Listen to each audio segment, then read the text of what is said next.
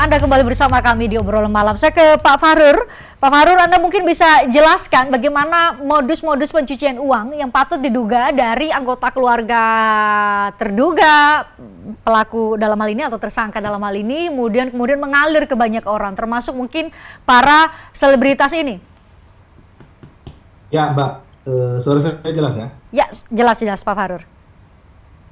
Ya, jadi modus untuk layering atau mengaburkan asal-usul hasil tindak pidana ini memang banyak dan berkembang ya.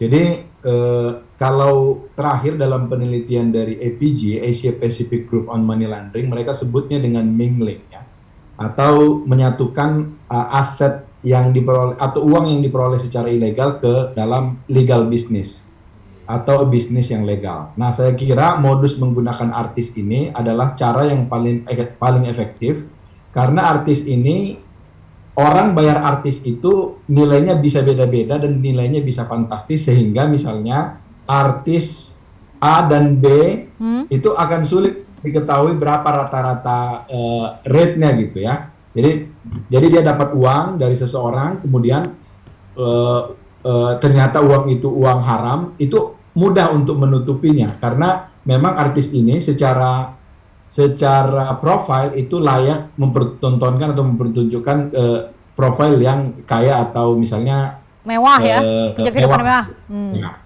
Ya, dan juga begini Mbak, menggunakan artis public figure sebagai orang yang menikmati atau memperoleh atau menerima titipan sementara tindak pidana pencucian uang itu bukan hal yang baru ya. Jadi kalau kita di tahun 2016 itu ada kasus Teddy Hernayadi ya, beliau divonis karena korupsi, penjara seumur hidup.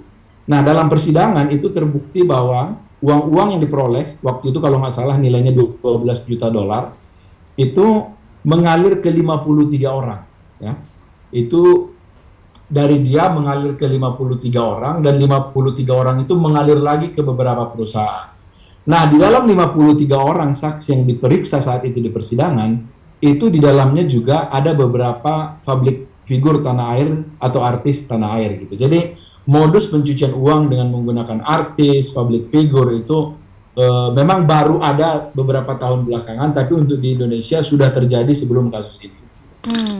Oke, itu yang terjadi ya, sehingga kemudian tidak heran pilihannya adalah kepada para selebritas ini. Saya sedikit lagi balik ke Bang Iskandar, tampaknya ini ada gangguan visualnya. Oh tidak, oke, sudah terhubung dengan baik. Bang Iskandar, saya berharap Anda bisa menjelaskan secara sederhana dari siapa, kaitannya keluarga Rafael Alun ini, apakah benar dari menantunya kemudian kenapa sampai kepada para artis, apakah benarkah seperti yang Pak Fahrur jelaskan bahwa melalui modus fee sebagai artis atau modus menjadi hasil operasional dari perusahaan-perusahaan yang dimiliki oleh sejumlah artis, karena banyaknya juga yang menyebut sekarang banyak artis yang menjadi pengusaha tiba-tiba sukses besar begitu.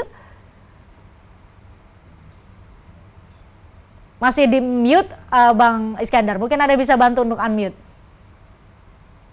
Oh ya, terima kasih. Apa yang dikatakan Pak Fahrur tadi itu adalah fakta-fakta yang tidak terbantahkan, Mbak.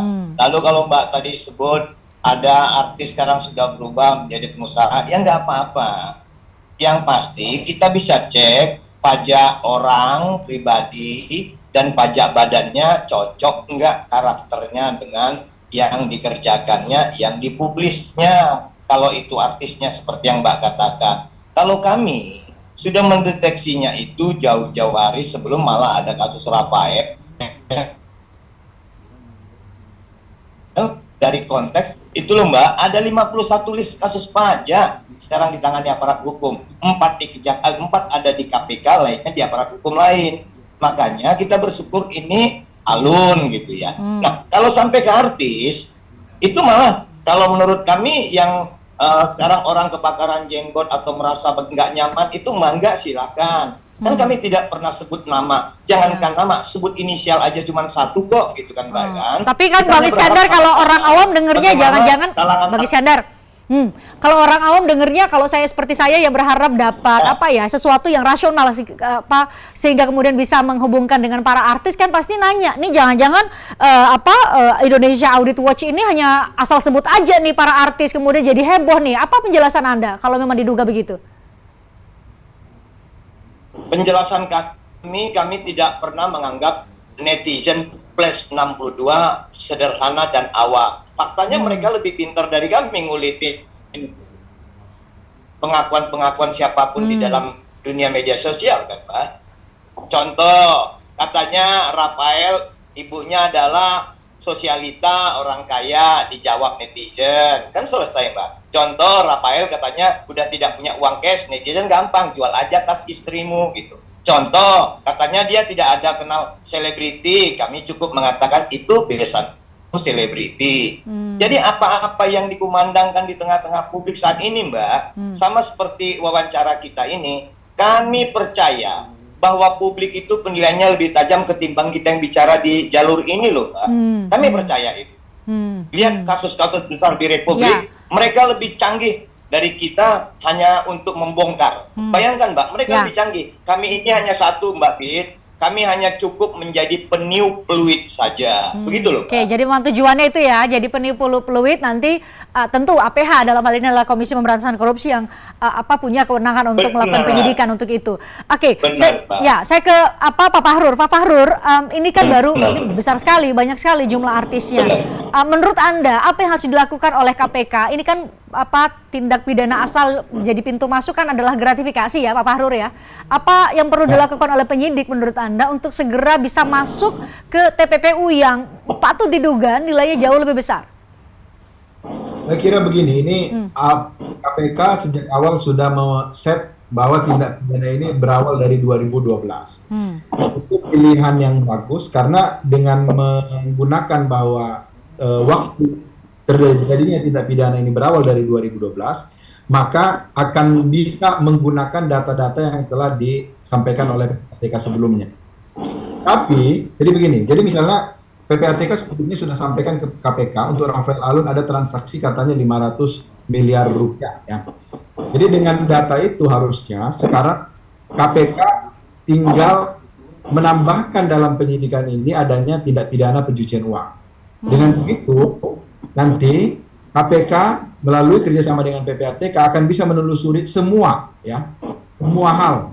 Ini duitnya kemana, siapa yang digunakan, ditempatkan di mana, itu akhirnya akan terbongkar. Tapi kalau pasal yang sekarang itu tidak bertambah, hanya pasal 12B besar, maka sampai kasus ini nanti sidang, ini yang bisa diproses hanya Rafael Alun dan yang bisa disita hanya 90.000 US dollar. Jadi tadi apa yang disampaikan oleh Bang Sitorus sebagai peniup peluit untuk membongkar semuanya, itu akan sia-sia kalau kasus ini pasalnya tidak ditambah dengan tindak pidana pencucian uang. Ini akan jalan.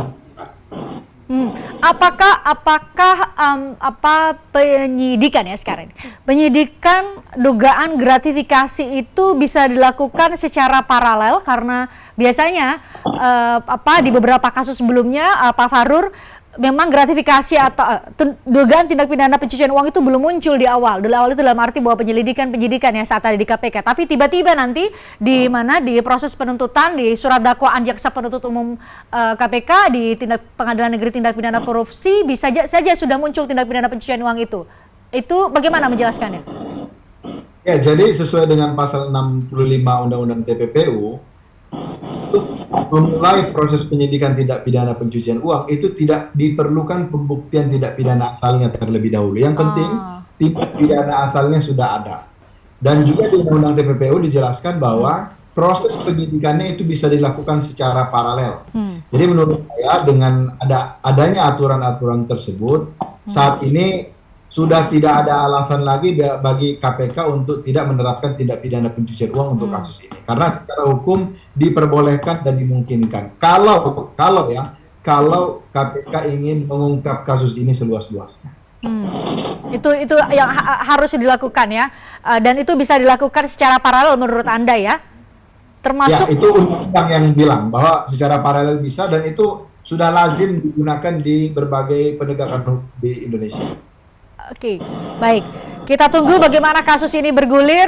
Indonesia Audit Watch sudah menjadi penipu fluid ya menurut Bang Iskandar. Kita tunggu apakah benar-benar ada artis R dan 24 artis lainnya yang mungkin ada duga juga lebih banyak yang bisa kemudian diperiksa, artinya dimintai keterangan oleh KPK untuk bisa membuka secara terang benderang dugaan tindak pidana gratifikasi maupun tindak pidana pencucian uang yang mungkin bakal bergulir. Terima kasih Pak Fahrur, terima kasih Bang Iskandar sudah bergabung bersama kami di obrolan malam.